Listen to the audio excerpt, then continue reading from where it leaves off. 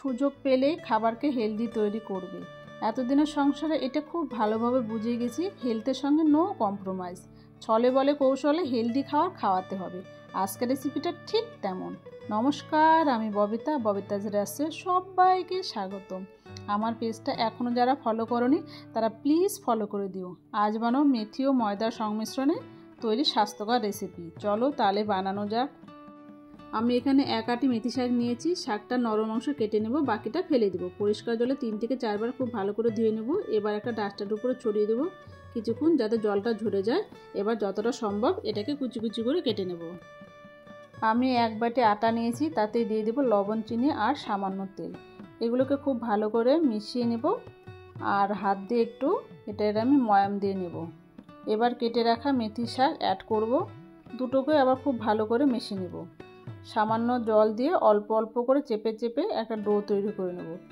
খুব টাইট হবে না আর খুব নরমও হবে না, দুটোর মাঝামাঝি একটা ডো তৈরি করে 10 মিনিটের জন্য রেস্টে রেখে দেব। 10 মিনিট পর এটাকে হালকা হাতে মেখে নেব। একটা রুটি থেকে বড় একটা লেচি কেটে নেব। অল্প শুকনো ময়দা দিয়ে এটাকে বেলে নেব। খুব বেশি পাতলা করে বেলবো না, সাধারণ আমরা যে রুটি করি ঠিক সেই রকম। খুব বেশি মোটা না আবার খুব বেশি পাতলা না, এইভাবে বেলে নেব। এরপর এটাকে আমি চারিদিকটা কেটে নেব। সাইডগুলো ফেলে না দিয়ে আমি আটার সঙ্গে আবার মিশিয়ে নেব। এরপর এটাকে আমি 4 কোনা করে কেটে নেব। এবার দেখো আমি কিভাবে বানাই। এই দুটো কর্নারকে একসঙ্গে মিলিয়ে নেব আর একটু জোরে চেপে দেব। এবার পরের দুটো কর্নারকেও একসঙ্গে মিলিয়ে নেব আর একটু চেপে দেব। একটু জোরে করে চেপে দেব, তাহলে আর ফুলবে না। পছন্দ মতন ডিজাইন তোমরা করতে পারো, যেটা তোমাদের ইজি মনে হয়। এই ডিজাইনটা খুব ইজি, কাজ সবসময় ইজি করতে হয়। এটা বানানোর সময় কোনো জল ব্যবহার করবে না। জল গরম করতে বসিয়ে দিলাম আর দিয়ে দিলাম সামান্য তেল, যাতে গায়ে গায়ে লেগে না যায়। এবার আমি এক এক করে সব দিয়ে দিব। আমি এটা আটা দিয়ে তৈরি করেছি, তাই খুব সাবধানে সেদ্ধ করতে হবে। যদি ময়দা হতো তাহলে কোনো ব্যাপার ছিল না। 7-8 মিনিট খুব ভালো করে সেদ্ধ করে নেব, যেন কাঁচা ভাবটা না থাকে, কারণ আমি এরপরে এটাকে আর সেদ্ধ করব না। আমি একটা প্যান নিয়েছি, তার উপরে দিয়ে দিলাম 3 থেকে 4 চামচ তেল। তেলটা গরম হয়ে এলে এবার আমি দিয়ে দেবো রসুন, পেঁয়াজ। দুটোকে খুব ভালো করে ভেজে নেব। ব্রাউন কালার হয়ে গেছে। এবার দিয়ে দেবো টমেটো।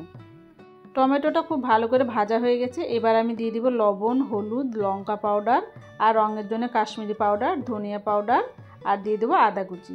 গ্যাসটাকে কমিয়ে খুব ভালো করে কষিয়ে নেব। এখানে দেখতেই পাচ্ছ তেলটা ছেড়ে গেছে, মানে মশলা কষানো হয়ে গেছে। মশলাটা খুব সুন্দর দানা দানা হয়ে গেছে। মশলা কষানো হয়ে গেছে দুভাবে বুঝতে পারবে, এক তেল ছেড়ে আসবে আর মশলাটা দানা দানা হয়ে যাবে। সেদ্ধ করে রাখা স্ন্যাক্সটা আমি দিয়ে দেবো। আগে থেকে সম্পূর্ণ সেদ্ধ হয়ে আছে, তাই এটাকে আমি আর বেশিক্ষণ রান্না করব না, শুধু নেড়ে চেড়ে মশলার সঙ্গে মিশিয়ে নেব। সুন্দরভাবে মিশে গেছে। রান্নাটা আমার প্রায় হয়ে গেছে। এবার আমি বাটার আর ধনেপাতা দিয়ে গার্নিশিং করে নামিয়ে নিলে রেডি ময়দা আর মেথি দিয়ে হেলদি অ্যান্ড টেস্টি স্ন্যাক্স। নতুন একটা রেসিপি নিয়ে আসবো পরের ভিডিওতে। ততক্ষণ সবাই খুব ভালো থেকো, সুস্থ থেকো, এনজয় করো। Thank you.